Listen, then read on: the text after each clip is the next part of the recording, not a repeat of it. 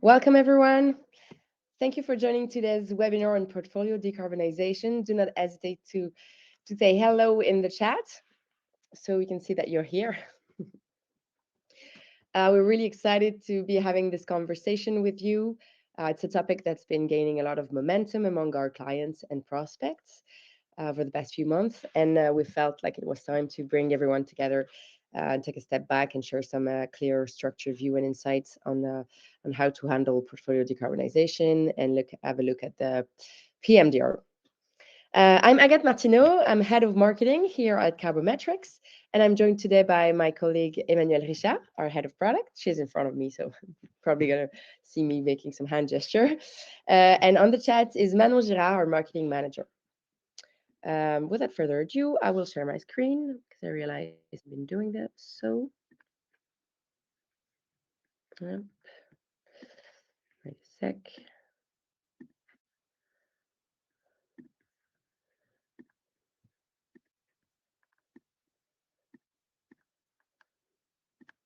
Mhm. Okay, is it in slideshow mode? Yeah. Okay, I'll stay on the slideshow there. Up. So here are our faces. We have just under an hour together. We'll aim to keep the session around 45 minutes to give you time for lunch if you're tuning in from Paris, because I know it's lunch there. Here's what to expect for today. I'll start with the 15 to 20-minute walkthrough of how the PMDR can help bring structure and realism to portfolio decarbonization. Then Emma will guide you through the demo of our new maturity module, as it's fully aligned with the PMDR principles. And we'll close with a quick invitation to join our user research program. Exciting agenda. So feel free to ask your questions in the chat at any time. Manon will try to answer the ones we can answer. And during the demo, we will make sure that Emma gets also the questions so she can adapt what she's showing. So first, a quick poll.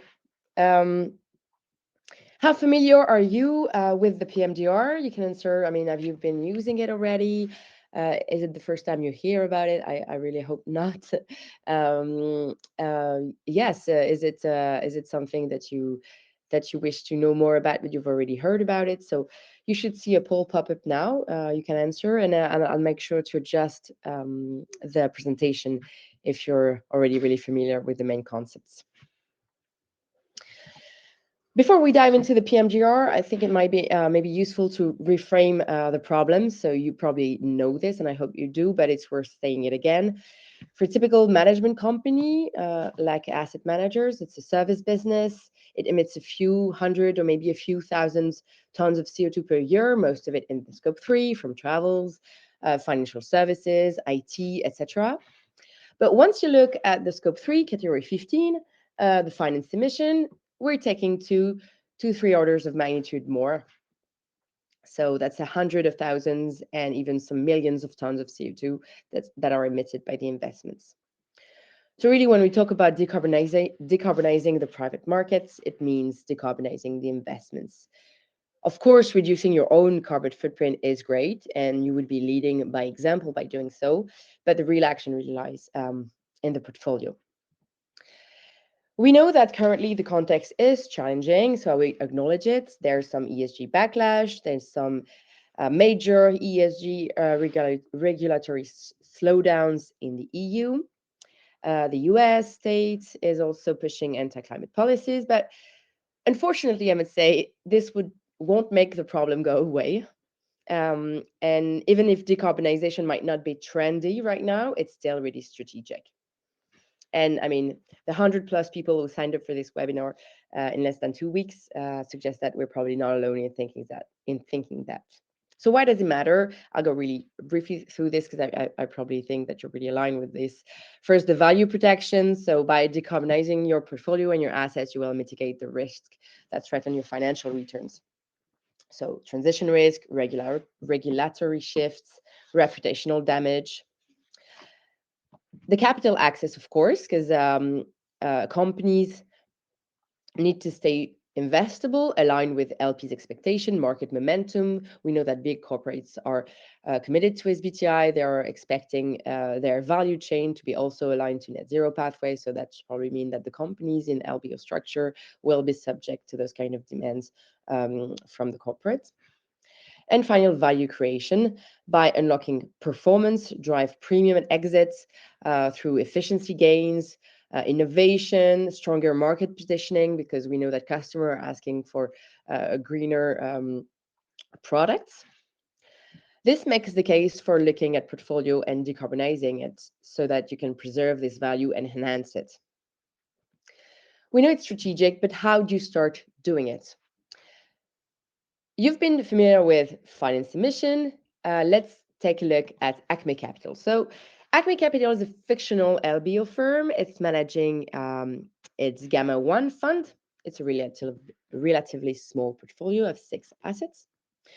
Acme Capital has started measuring its finance emission in 2023, and now it has a clear picture of its carbon emissions. So we have Acme Aviation, that unsurprisingly is by far the most emissive. Acme Textile, Acme Metal, that emit around half as much. Acme Waste and Acme Education much less, and then Acme Industries, probably a small industrial company that emits not that many carbon GHG emissions. So this is typically what we call materiality, carbon materiality. It's really how much a given asset weighs in the portfolio carbon footprint over a given year. This is the year 2023. With the PCAF methodology, then you can recompute with the attribution factor how much it weighs in your financed emission based on the equity that you detain or the outstanding amount that you have in the company. But there's a catch, because as you all really know, fund is a living organism. The companies enter, companies exit the fund, and so financed emissions will evidently fluctuate. And alone, looking at finance emission, they will not tell you a lot about your progress on decarbonization. You will have some major drops in finance emission when an asset exit, major gain in finance emission when some new enter. Of course, you could look at WACC, you could tweak it to make it more relevant. But here, the importance is to know that finance emission are also backward looking. You will only see a snapshot of the emissions that were done the past year. So it will not inform on how it will progress over time.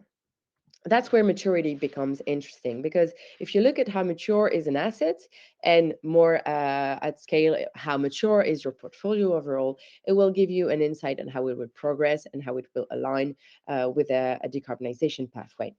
So this is why the idea of maturity is central to our module, and also, and more importantly, at the heart of the private market decarbonization roadmap, the PMDR. So if we take a quick step back and look at the past 4 to 5 years, it's been really an intense development in this landscape of private markets. So first in 2019, it's the Net Zero Asset Owner Alliance and its target setting protocol that was formed. And LPs and big LPs, institutional LPs, started making net zero commitments and expect the GPs will follow those. So in 2021, SBTI released the financial institution net near-term target setting. SFDR came into application. The G-Funds was formed. IAGCC released the first version of the net zero investment framework.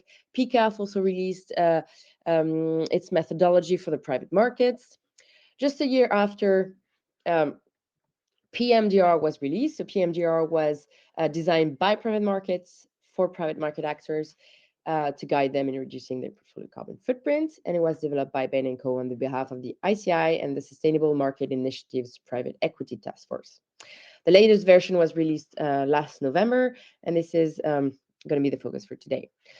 So to recap, at the time, the GPs that were not really ready to commit to net zero yet, because they were kind of willing to see how progress they were making without making heavy commitments that were not sure they could actually follow through. They wanted to track their progress because they were still engaging companies and stuff was done basically. PMDR was built for this, so it's not a commitment. It's not like NZAM. It's not a target setting framework like you can find in the NZIF with recommendation of targets achievements or coverage requirements. And it's definitely not a reporting body or a standard setting like the SBTI can be. It's really a tool for you to have a common language to talk about your portfolio progress. It's flexible, practical. It can adapt to your asset classes and your own maturity towards this. So now let's dig into the alignment scale. The alignment scale that gives the kind of the level of maturity of the portfolio. It's at 5 really self-explanatory levels, from not started to aligned to net zero.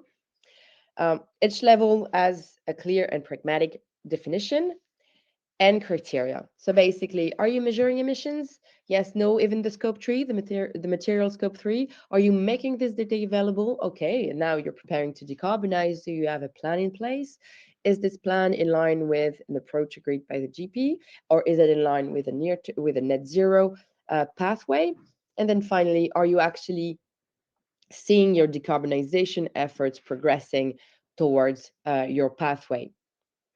So this is a structure you can apply throughout your asset classes, and it brings comparability. So it's really black and white. The criteria can only give you one maturity level, and this is a good way to actually see where you stand in terms of overall portfolio maturity. What PMDR I've also done is to categorize the climate solution. So first, the decarbonization enablers. Definition was given by the GFANs, but mainly in this case, since we're looking at GHG reduction, this would be the portfolio companies that support transition to a low carbon economy, that kind of enable the decarbonization of the rest of the companies. Typically, to make kind of a number behind this, is the portfolio companies that have more than half of their revenue related to an economic activity enabling net zero transition. So, of course, when I talk about this, you think taxonomy. Of course, PMDR has taken this into account. So you can find on the PMDR website the reference to local taxonomies. But if we take the EU, for example, you will test if these activities are covered. If yes, what is the share of revenue? And then it will give you the decarbonization enabler kind of label. If it's not, then you can also assess on your own, is it contributing to climate change and does it do any harm? So kind of the same mechanics that the taxonomy has put in place for the number of activities that are covered. And then the share of revenue. What's interesting is that the PMDR is also included in the emerging decarbonization enabler, that sit into the more than 10% of revenue is related to this net zero, enabling net zero transition, and less than 50% is related to highly emitting assets, to make sure that everything is in check. And the idea here is to make them grow into full decarbonization enablers. And I'd say, like, more broadly, the decarbonization enablers in your portfolio will still be subject to classification in the maturity scale. So that's important, because you still want to check their own, to keep their own GHG emissions in check, to make sure that their impact is actually to its full potential. At the other end of the spectrum are the hard to abate assets. So the companies that rely heavily on fossil fuels, aviation, heavy duty vehicles, coal infra, gas pipelines, etc. So I'm not sure there's a lot of those in your portfolio, but who knows? These are classified in the PMDR as having no current pathway to align. So it's not definite, but still, with with what we know and the current technology and the state of maturity of the sector, how certain can we be that there will transition? So typically, those portfolio companies have more than 50% of their revenue coming from a highly emitting asset. So you can see on the slide, like the ones I mentioned, the fossil fuel power station, oil fields, gas pipelines, steel mills, ships, cement plants. I mean, all of those that are really highly emissive. Some of those may have some transition possible, retrofitting, redevelopment. But if nothing's mature here, it's important to avoid greenwashing and still report on those. So identify those in the portfolio and classify them as no current pathway to align. Typically, the GFANs has published a kind of a managed phasing, a guide to phase out of those assets. But for now, they will be stuck to preparing to decarbonize. They will never be aligning except if they engage in transition. So for example, if we go back to Acme Capital, the Acme Aviation portfolio company would be a good example. If its business is selling some spare parts or for aviation, typically it would be really complicated to have short-term decarb levers if it doesn't change its business model, basically, which would qualify as a redevelopment, changing business model, or pivoting. Okay, so now let's assume Acme's ESG manager, Acme Capital's ESG manager, has mapped the fund's portfolio companies onto this alignment scale. Here's what that gives us. So we have the financed emission on the y-axis, and on the x-axis, the maturity, the alignment scale of the PMDR.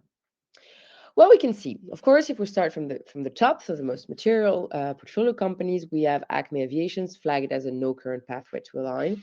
It's still capturing data, so there's a good effort here, but it's probably a phase-out candidate, or some big effort should be done to imagine a transition plan for this company. Acme Metal, if we go down a bit, has a decarb plan, not net zero aligned, so it might be worth pushing it forward, especially because we know that metal have good and mature decarb levers, so it's available. Going down again, we can find Acme Textile, which is really material and has not started doing anything. So this could be identified as a priority, especially because the SBTi does have a sectoral decarbonization approach specific for the textile and apparel industry. Acme Waste, as you can see, is a decarbonization enabler.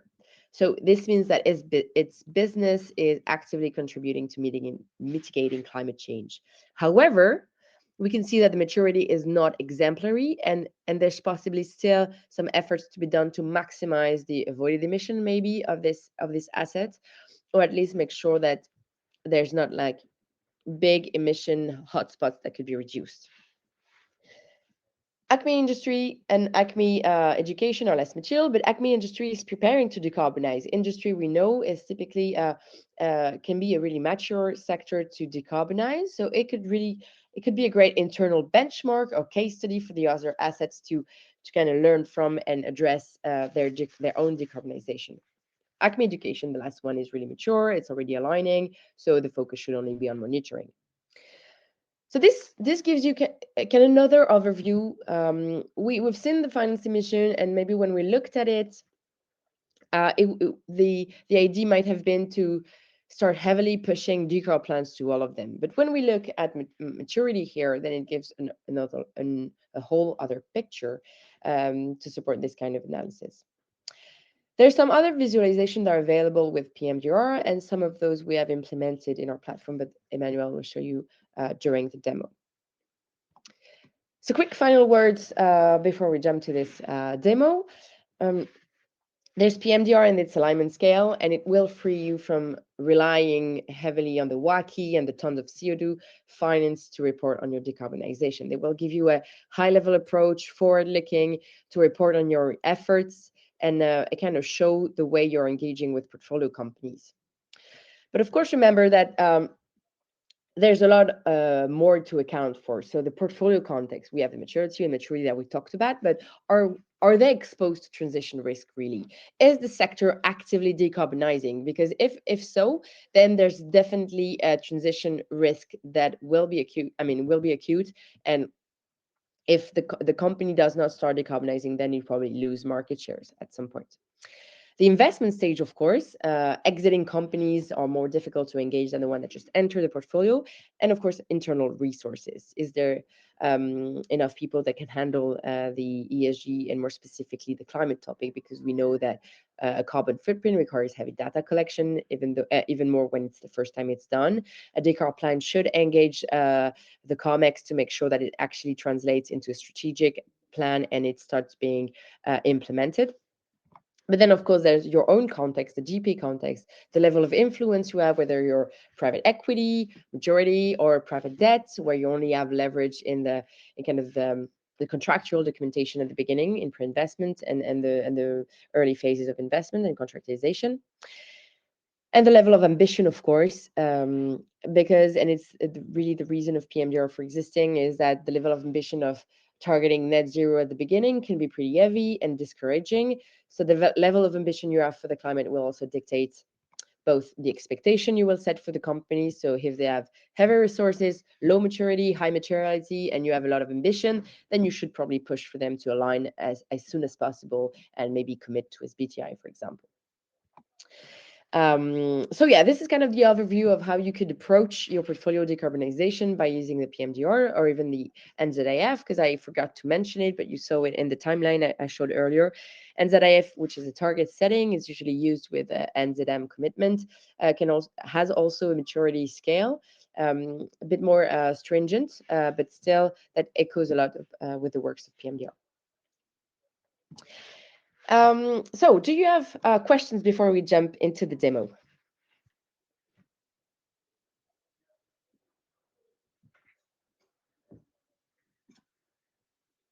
No, good. Okay. It's weird that I cannot like share full screen and then.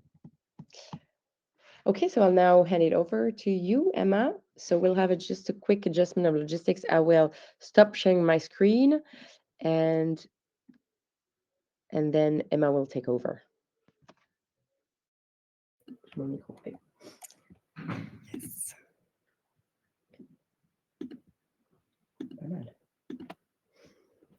Perfect. Do you see my screen? Yes, perfectly well. Great. So we built this platform to help you categorize your assets and gain the most insight possible from this PMDR framework that Agathe described and that we really believe in. So I'll show you the example of Acme Capital. That is the same example as Agathe took in her slides. Here we connected and we're on the homepage of Carbometrix that some of you know. So you can see all the modules that you might be working on with us, for example, your own carbon footprint or portfolio emissions. And today, of course, we will focus on the PMDR one. So first of all, to obtain this dashboard, we need to fill in a few data to compute the categorization and the materiality of the assets. So financial and carbon data, like the carbon footprint and the invested amount in each asset, as well as a list of PMDR questions to be able to categorize them or to identify them as a decarbonization enabler or having no current pathway to align, for instance. If you already computed your portfolio emissions with us, the financial and carbon data are automatically powered in this dashboard. So the two dashboards are linked. If you are not yet a client, no worries. You can input all your data via an Excel automatic import or via the UI of the platform. We made it as easy as possible, of course. So when you arrive on this dashboard, the first part is a summary of your portfolio PMDR categorization.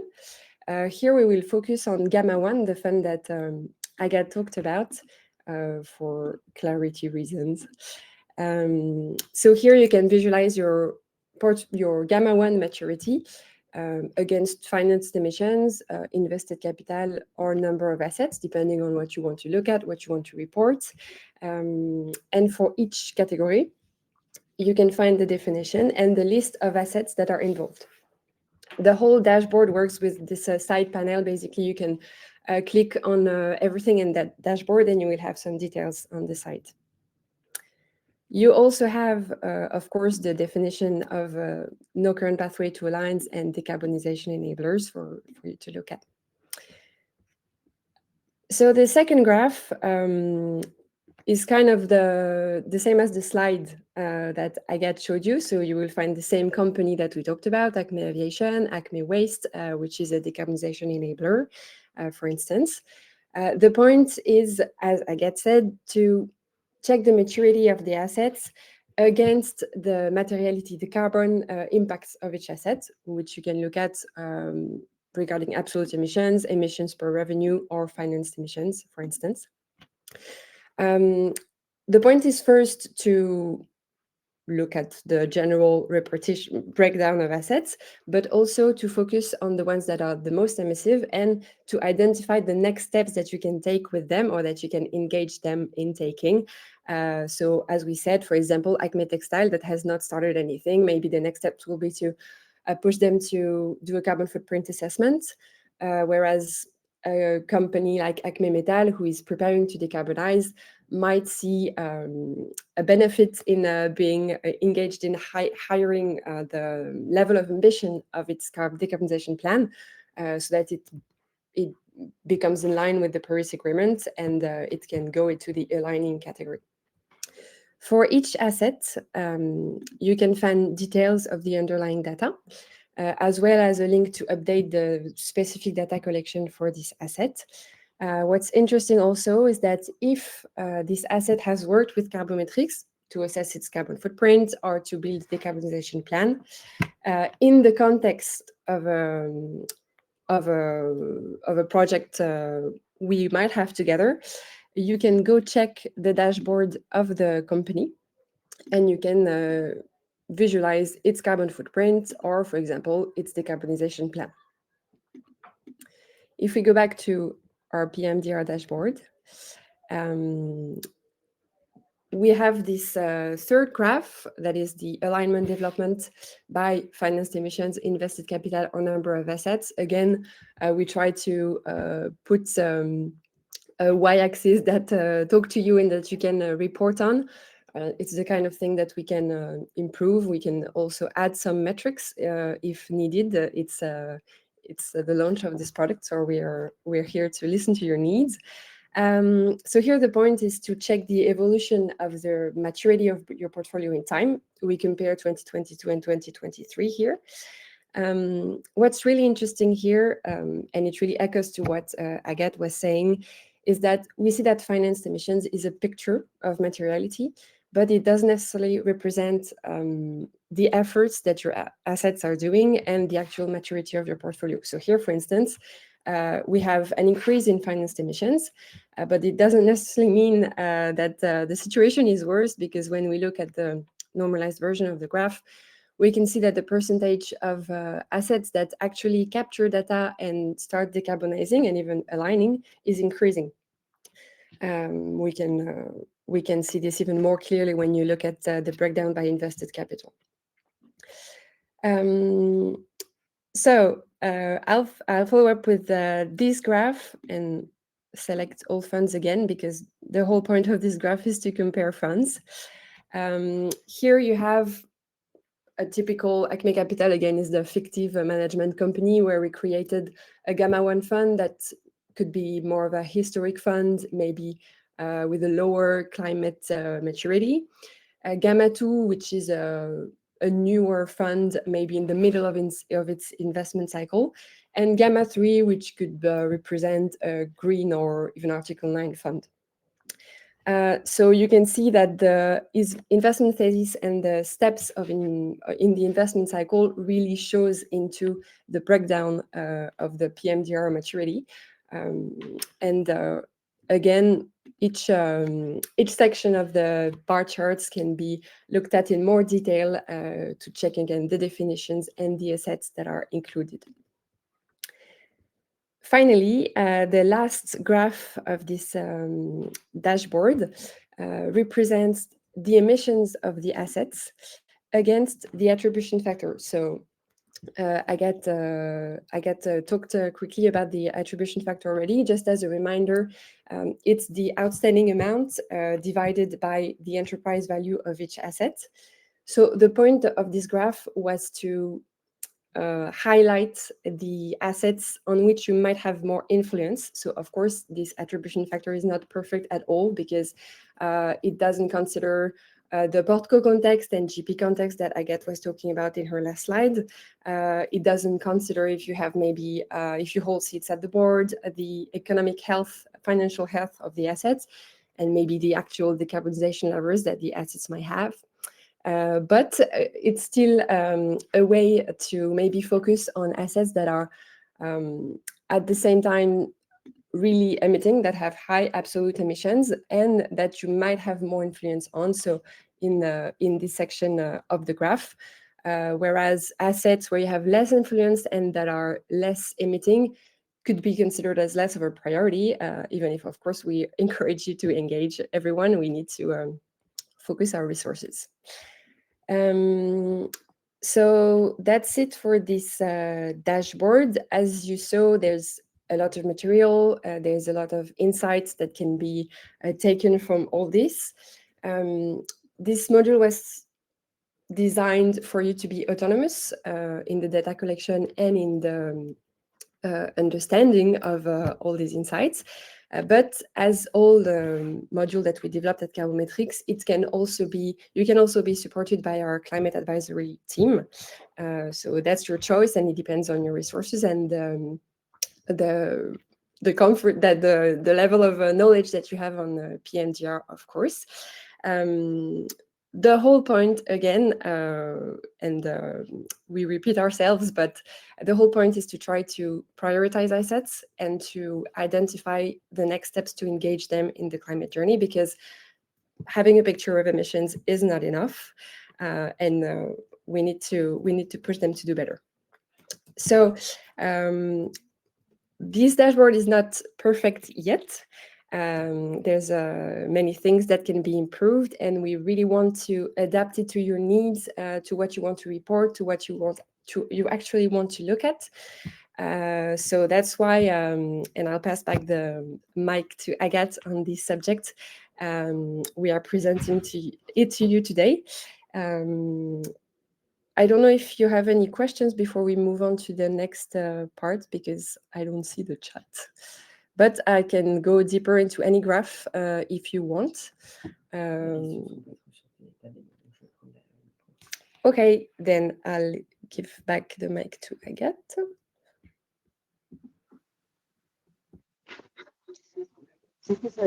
Thank you for your questions. So first, there's the question from Julian Swinkles.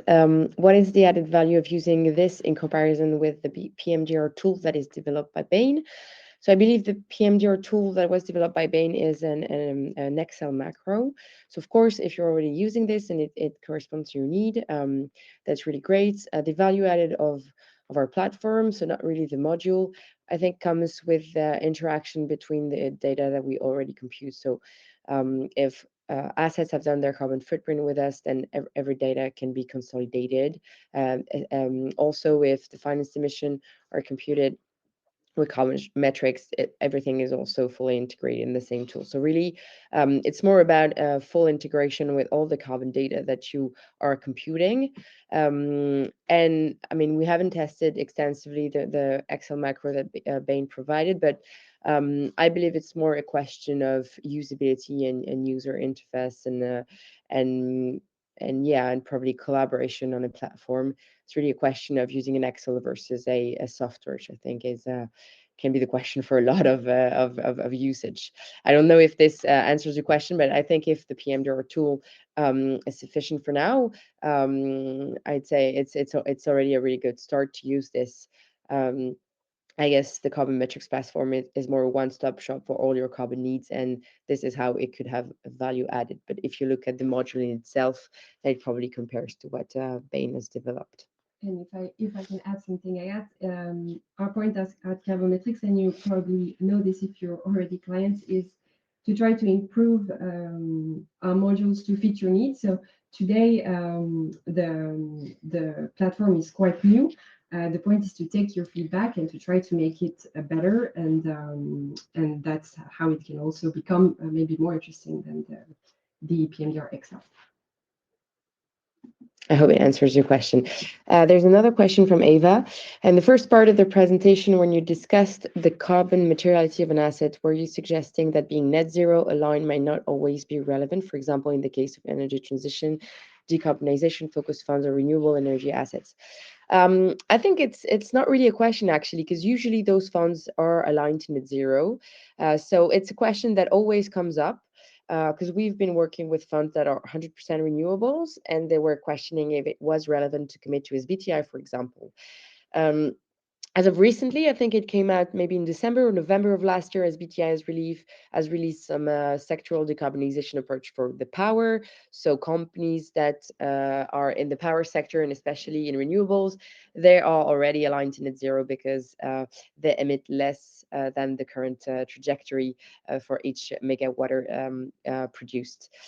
When we talk about the portfolio or fund level, SBTi also for financial institution and near term, because so far we're still waiting for the net zero framework. But for near term, they look at portfolio temperature and a portfolio that only invest in energy transition or decarbonization focused. And when I hear here as probably climate solution, should probably will qualify as aligned in terms of temperature. Now, if you're talking about funds that specifically invest in highly emitting assets, highly emitting companies in order to reduce their footprint, then of course aligning to net zero might be a bit tough if those assets typically qualify as no current pathway to align. The effort would be put in decarbonizing as much as possible until maybe technology or levers are mature enough. But it's another case. So, of course, in those cases, committing to SBTi might be counterproductive. But I mean, even so, SBTi also takes into account the fact that the market would evolve, the technology will shift, and it looks at a 2050 horizon. But I think in the short term, if your investment thesis is investing in highly emitting assets to decarbonize them and to start doing so, it's still very noble, and we still need those assets to be phased out or to be transitioning or retrofitted. So yeah, in those cases, I don't think as committing to SBTi or aligning to net zero might be the first thing to go to. But still, there's some really interesting documentation on the SBTi on how those sector, the oil and gas sector, the transportation sector, could actually align to net zero. I don't know if this answers your question. I hope so. Do you have any other question? If not, oh, there's some in the chat. Oh yeah, yes, thank you. You're welcome. So I'll just share my screen again for the last part of this. And will I've done everything in time. I'm impressed. So thank you for the demo, Emma, and thank you for your questions. Now, the last part, I really hope how you enjoy seeing how the module works and how it can help you making sense of your portfolio climate maturity. If you liked it, it's really good news because now you will be able to test it and for free. So we're inviting you to join our user research program. I don't know if you're familiar with what user research is, but typically in the tech sector is where you engage actively with end users, so yourselves, to see if the features we've imagined, the usability, the user's experience is as smooth as it can be, and if we can integrate or adapt better to your needs. So the test will start this summer for 3 months. What's in it for you? I don't know. This period of the year, you're probably most of you are probably in the ESG reporting. I mean, this is also what we observe with our clients. So it could be first a great opportunity to integrate a PMDR visualization directly into that. So your 2024 reporting could now feature a visualization of the maturity of your portfolio, or maybe some of your funds that have a more maybe decarbonization approach or where efforts have been made. Second, if you have data for 2023 and 2024, you could also access the year-on-year comparison to see if the maturity of your portfolio have progressed in the past 2 years. And finally, it will be, as I said, the chance to shape our product roadmap based on your needs. Of course, since it's free, you've guessed it, there's something in there for us too.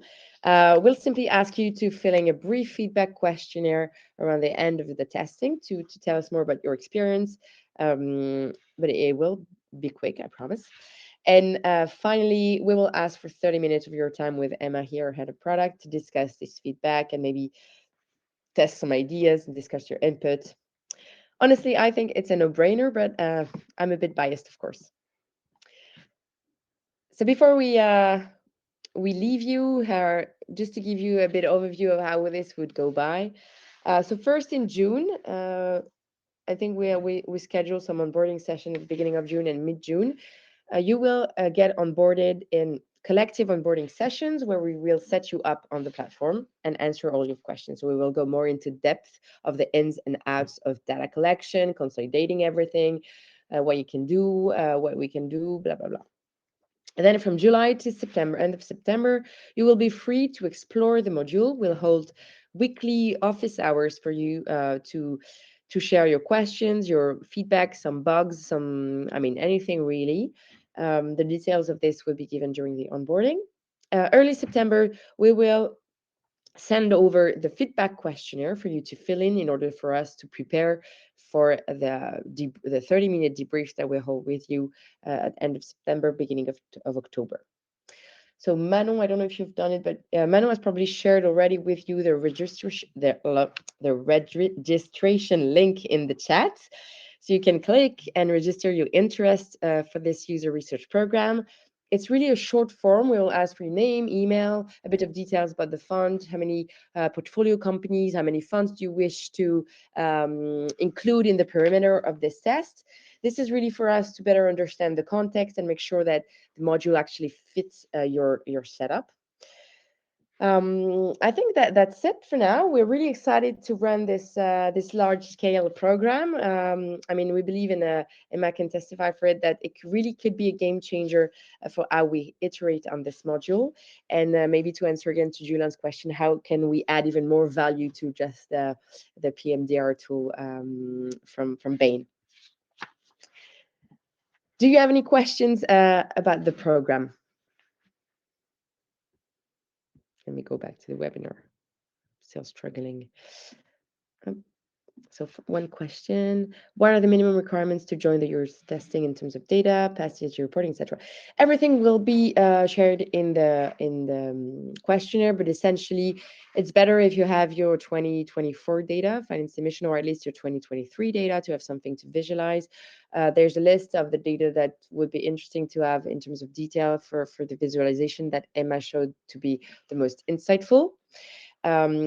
So that would mean like the outstanding amount, the revenue, the company value, the company GHG emission. Your assets GHG emission on scope 1, 2, and 3, typically, but this you will find in the questionnaire.